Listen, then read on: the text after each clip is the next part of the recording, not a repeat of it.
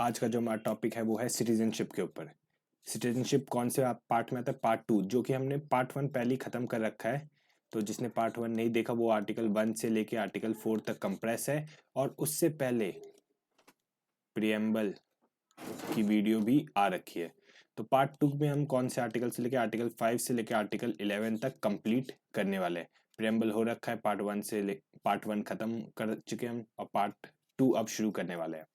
तो जब हम बेसिकली बात करते हैं सिटीजनशिप की, तो सबसे पहले इसे अडॉप्ट मतलब एक टाइप से 26 नवंबर 1949 को हमारा कॉन्स्टिट्यूशन तैयार हुआ था, तो हम तब से एक मानते हैं सिटीजनशिप की अडॉप्ट किया गया था। उसके बाद ये हमें क्या प्रोवाइड करता है? सबसे इंपॉर्टेंट चीज़, ये हमें पॉलिटिकल मेंबरशिप देता है कि हम इस समूह के या इस ग्रुप के एक पॉलिटिकल मेंबर हैं।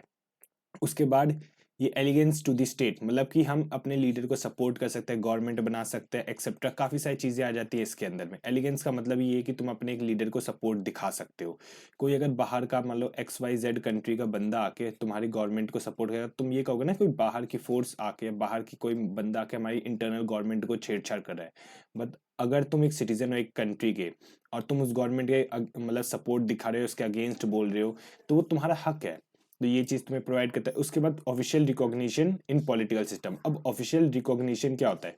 जैसे कि राइट टू वोट, ठीक है, राइट टू इलेक्ट, एक्सेप्ट्रा काफी सारे पॉलिटिकल सिस्टम के अंदर आते हैं। और दूसरी तीसरी चीज, ये क्या करता है? स्टेट जो होता है वो तुम्हारे सिटीजनशिप को प्रोटेक्ट करता है, सिटीजन्स को बचाता है। ये स्टेट की जिम्मेदारी बनती है कि वो कैसे और अपने सिटीजन्स को बचाए। तो ये सिटीजनशिप हमें प्रोवाइड करता है। दूसरा, जैसे तुम देखोगे प्रेसिडेंट, वाइस प्रेसिडेंट, जज ऑफ सुप्रीम कोर्ट, जज of high court, attorney general, governor of state, advocate general, ये सारे आर्टिकल्स इसमें बताते हैं कि ये जितने भी लोग हैं जिनके नाम मैंने अभी भी लिए, जितने भी इंपॉर्टेंट पोस्ट होल्ड किए, वो क्या होने चाहिए? सिटीजन होने चाहिए। किसके? इंडियन गवर्नमेंट के।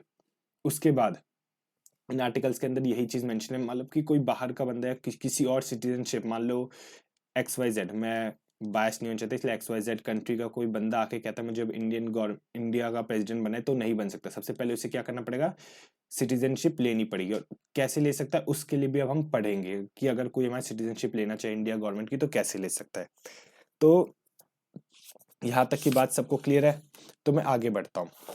तो हम सबसे पहले किसे मानते हैं कि ये सिटीजन है इंडिया का? कि कौन कौन से लोग जो है वो है सिटीजन है इंडियन गवर्नमेंट, मतलब इंडिया के। वो 1955 में ना एक एक्ट आया था, जिसको हम क्या कहते हैं? Citizenship act. Citizenship act. इस एक्ट के अंदर जो भी बंदे फॉल करेंगे, इस कैटेगरी के अंदर जो भी इंसान आएंगे, वो इंडियन सिटीजन कहलाएंगे।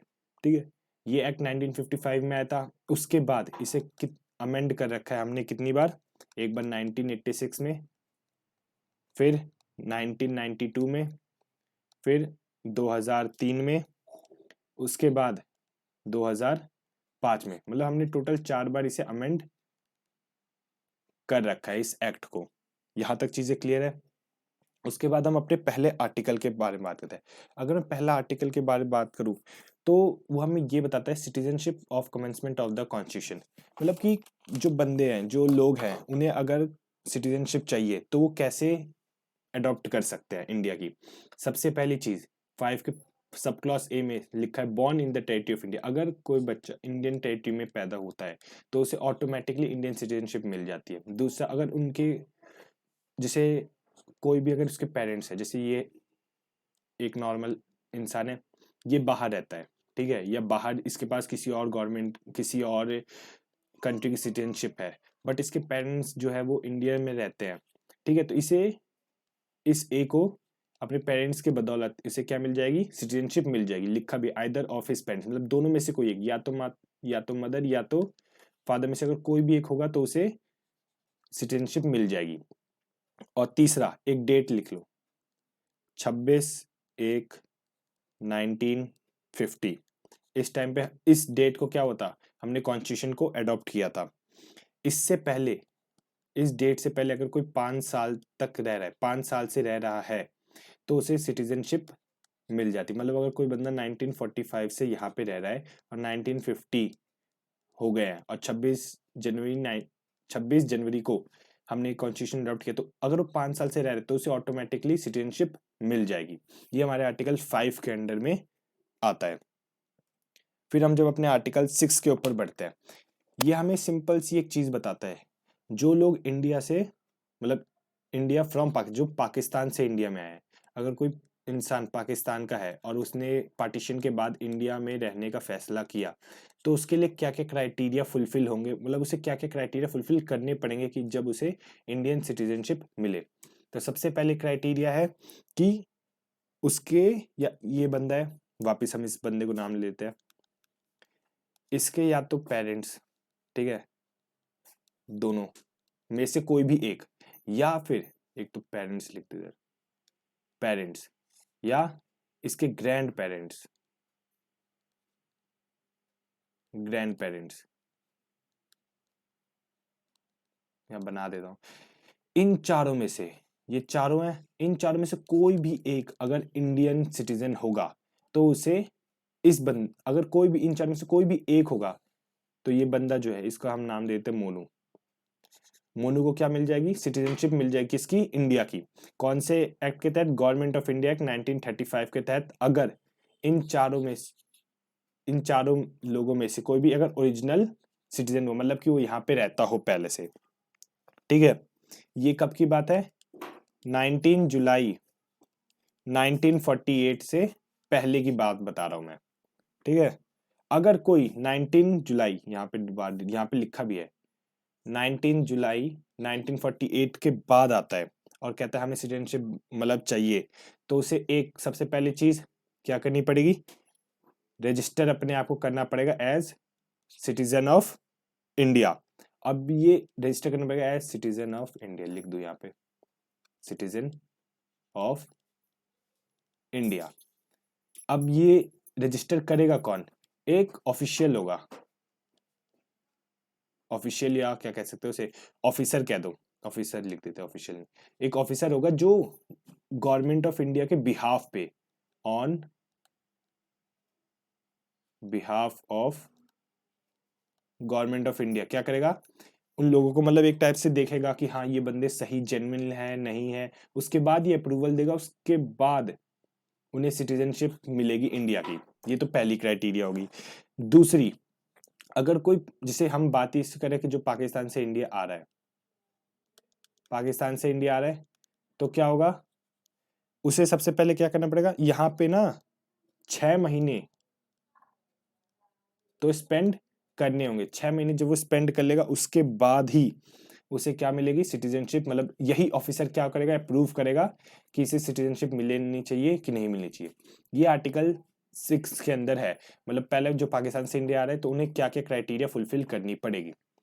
उसके बाद जब हम आर्टिकल 7 के ऊपर बाउंस करते हैं, आर्टिकल 7 जो है ना बहुत सिंपल सा है कि कोई अगर बंदा, यहाँ पे लिख देता हूँ, यहाँ पे अगर कोई इंडिया से क्या किया, पाकिस्तान गया, और पाकिस्तान से वापस अगर इंडिया आ रहा है, अब इंडिया से पाकिस्तान गया तो उसने इंडियन सिटीजनशिप छोड़ दी, पाकिस्तान की अडॉप्ट कर ली। अब पाकिस्तान से वापस इंडिया आ रहा है तो पाकिस्तान की सिटीजनशिप उसने क्या की, छोड़ दी और इंडिया की अडॉप्ट कर ली। इस 7th आर्टिकल में यही चीज मेंशन है। और यहाँ पे एक डेट भी है, 1 मार्च 1947 के बाद की बात हो रही है, ठीक है। अब अगर कोई इंडिया में आया है तो उसे क्या करना पड़ेगा, वही सेम प्रोसीजर है, 6 महीने रहो, हम तुम्हें देखेंगे परखेंगे, तुम अगर सही लगे तो हम तुम्हें क्या करेंगे, सिटीजनशिप दे दी जाएगी। कहते हैं अगर सुबह का भूला शाम को घर आए तो उसे भूला नहीं कहते, तो वही चीज है इस 7th आर्टिकल में, वही है कि भूल के पाकिस्तान गया और फिर वापस इंडिया में आ रहा है। उसके बाद जब हम बात करते हैं आर्टिकल नंबर 8 की, अब इतना बड़ा पैराग्राफ दिख रहा होगा तो मैं उसे बस सारे में वही कर रहा हूँ, मैं पैराग्राफ रटवा नहीं रहा, बस तुम्हें सिंपल से समझा रहा हूँ कि इसके अंदर है क्या चीज। तुम पढ़ोगे उसमें भी वही निकलेगा। इसमें यह है कि ये बंदा, वापस हम बुला लेते, कहाँ लिखो, हाँ, जैसे बंदा है मोनू, लिख लेता हूँ मैं पे। मोनू क्या है, बाहर रहता है। अगर इसके पेरेंट्स अनडिवाइडेड इंडिया, मतलब अनडिवाइडेड जब मैं बोलता हूँ अनडिवाइडेड इंडिया, अनडिवाइडेड इंडिया का मतलब जब भी पाकिस्तान और इंडिया में डिवीजन नहीं हुआ था तब की बात करूं जब ये चीज नहीं हुई थी। अगर अनडिवाइडेड इंडिया में रहते हैं तो मोनू को क्या होगा, सिटीजनशिप मिल सकती है। मोनू को क्या मिल जाएगी, सिटीजनशिप मिल जाएगी। ये आर्टिकल 8 में मेंशन है। यहाँ पे अगर तुम देखोगे पूरे इसमें यही चीज मेंशन की गई है।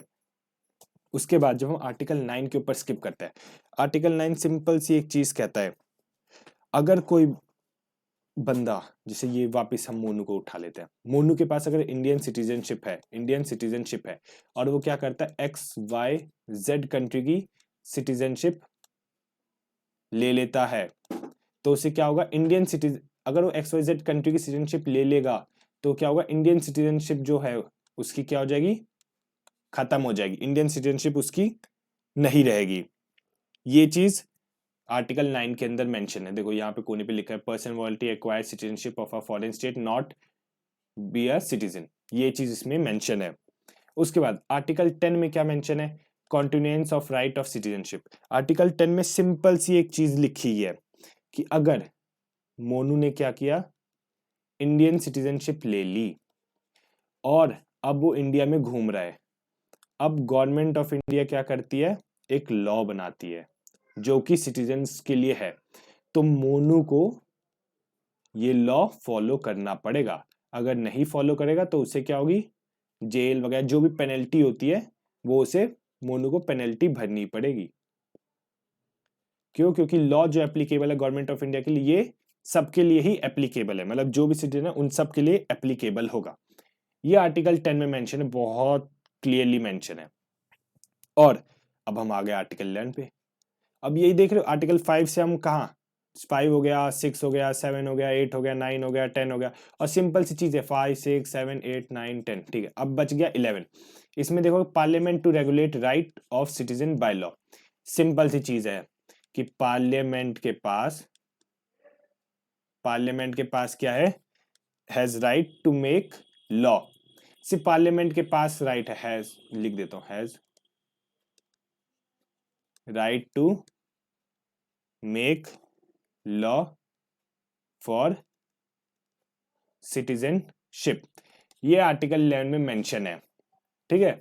अब उसके बाद जब हम इस पे स्किप करते हैं कि देखो 5 तरीके होते हैं जिस तरीके से तुम अपने ये राइट्स को ले, मतलब सिटीजनशिप एक्वायर, हाँ, तो कहते हैं हाँ 5 तरीके हैं जिससे आप सिटीजनशिप ले सकते हो। मैं देखो एक शॉर्ट, इसमें 4 में एक और 5वां भी बताता हूँ। एक शॉर्ट ट्रिक याद रख लो, BRAND,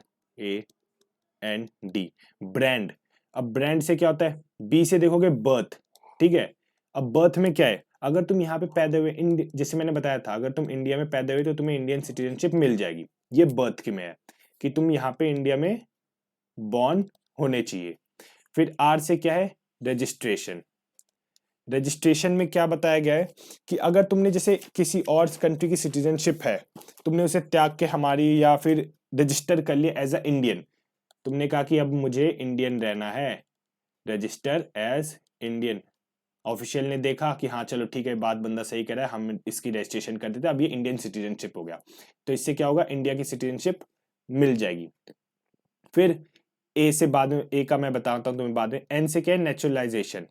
अगर कोई यहाँ पे लॉन्ग टाइम से रह रहा है, ठीक है, तो उसे नेचुरलाइजेशन के तहत, या उसे काफी लंबे समय से रहा, इस वजह से उसे क्या मिल जाएगी, सिटीजनशिप मिल जाएगी। हाँ यार, वर्ड स्किप हो गया। और डी से डिसेंट, मतलब कि अगर उसके एल्डर्स यहाँ पे रह रहे हैं तो उसे सिटीजनशिप मिल जाएगी। अब ए से क्या है, इसमें मेंशन, यहां से एक और लाइन लिख लो कि 5वां वे ये है, क्या है, क्या हो सकता है, टेरिटरी एक्वायर्ड।